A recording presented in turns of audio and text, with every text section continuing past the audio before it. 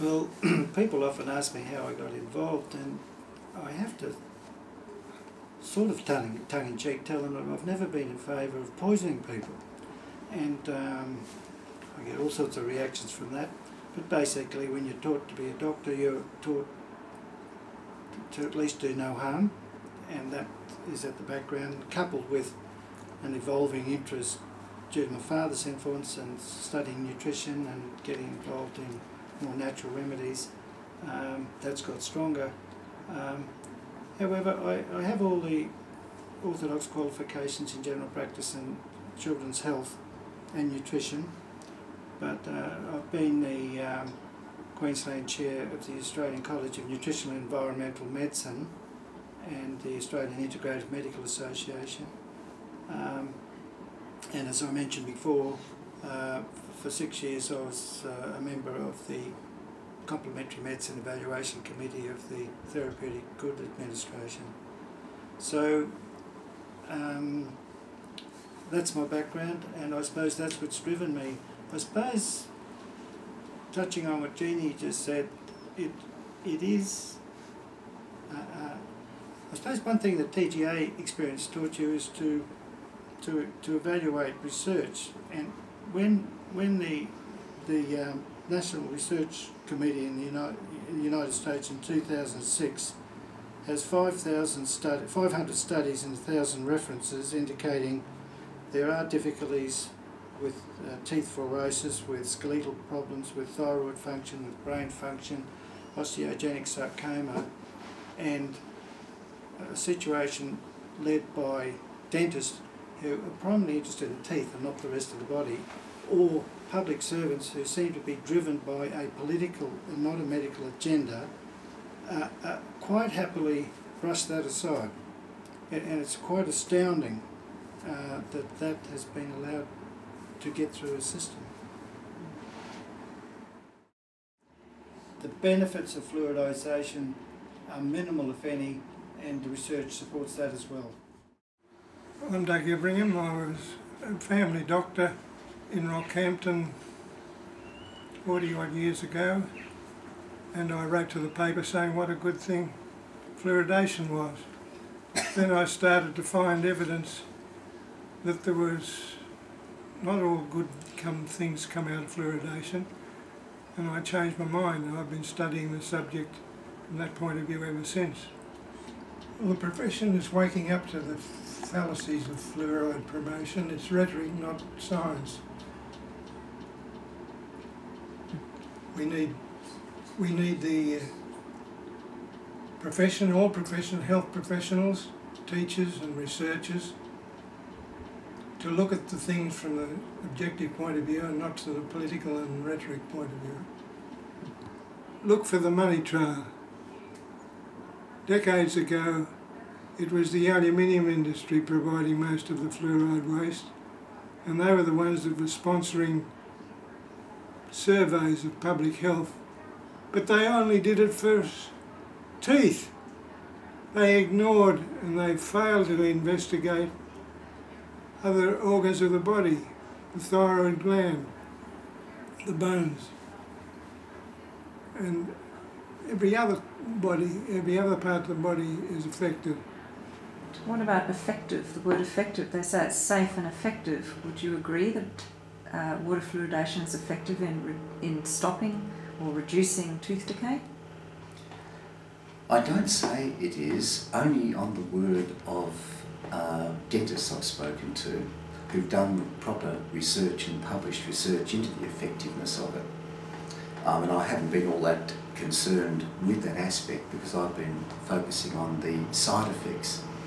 But with the studies that have been done where there's been a proper statistical analysis, scientific analysis done on effectiveness, they cannot differentiate any significant difference between the tooth decay rates in unfluoridated cities and fluoridated cities. For example, look at Queensland, that was never fluoridated except for a couple of small towns until 2009, and yet right through the 1980s, 1990s and the early 2000s, the tooth decay rates for all ages in Queensland were no different to Victoria and New South Wales that had been fluoridated for 20 and 30 years. So there is no evidence for benefits. And then look at Europe, Switzerland, Sweden, Belgium, Netherlands, Germany, France, all the countries across Europe that do not fluoridate their water generally have lower tooth decay rates than these fluoridated states in Victoria. Dr. John Cahoon, the Chief Dental Health Officer in New Zealand, he could find no difference at all in the tooth decay rates between the fluoridated and unfluoridated cities. Dr. Philip Sutton and Sir Arthur Amys in Australia published an article pointing out the mistakes in all the studies that had assumed there was a benefit from fluoride, and various other researchers have done enormous studies where they cannot find any significant difference. So it appears to be more claims made about the benefits.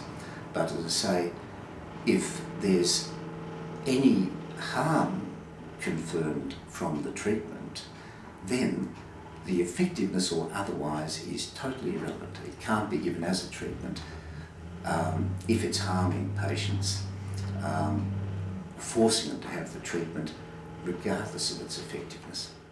I did become rather concerned about fluoride because I think there are reasons to believe that it's not actually efficacious in terms of tooth decay, preventing tooth decay, and that it could be harmful in other respects as well to health.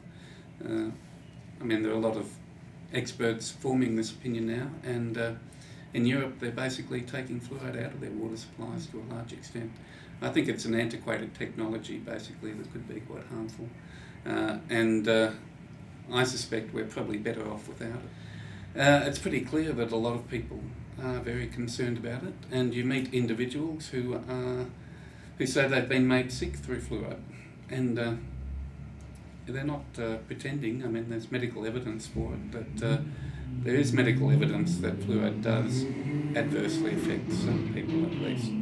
Perhaps they have particular susceptibility, but there are people who are harmed by fluoride, by drinking fluoride. In terms of where we should be heading with fluoridation, critically there is a need for researching the safety of the treatment. First and foremost, even more than the effectiveness of it.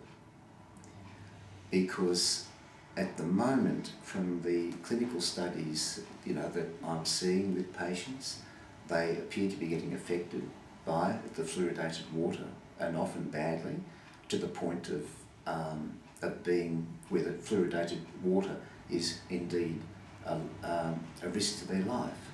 And that is not only recognised by myself, and the patients and their families, but also by their dentists and doctors are also very aware that this is the case. So it is critical that the government starts working towards resolving this question about its safety, because no doctor should ever be giving a treatment totally unaware of the safety aspects of it. And secondly, the safety aspects are not being pursued, not being looked at. And that is completely unprofessional for any practitioner to pursue such a line of irresponsibility with their own treatment of patients, and for the government to be giving a treatment where they appear also to be not pursuing the aspects of, is our treatment of the community by fluoridating their water safe, is quite irresponsible. And as I say, when I've pursued that with health authorities and said, could they do studies into the safety with patients who appear to be getting sick, then so far there's been a complete refusal to do any such assessment. In terms of what I've done, I did actually get a private members' bill passed the upper house of the Victorian Parliament at the end of 2007. And the private members' bill would have required the Victorian government to obtain the consent of affected people before new areas, new parts of Victoria could be fluoridated. It passed the upper house, which was quite an achievement, but the government, I would say, probably sabotaged it in the lower house and saw that it didn't get anywhere there. So unfortunately it didn't become law, but I feel there was something of a moral victory to get it passed in one house anyway. So what symptoms do you actually get from continuing to use fluoridated water? Okay, headaches, itchy skin. If I wash my hands all day with the water, they'll just go red and feel like fine-grade sandpaper, and then the skin will just start splitting open and bleeding.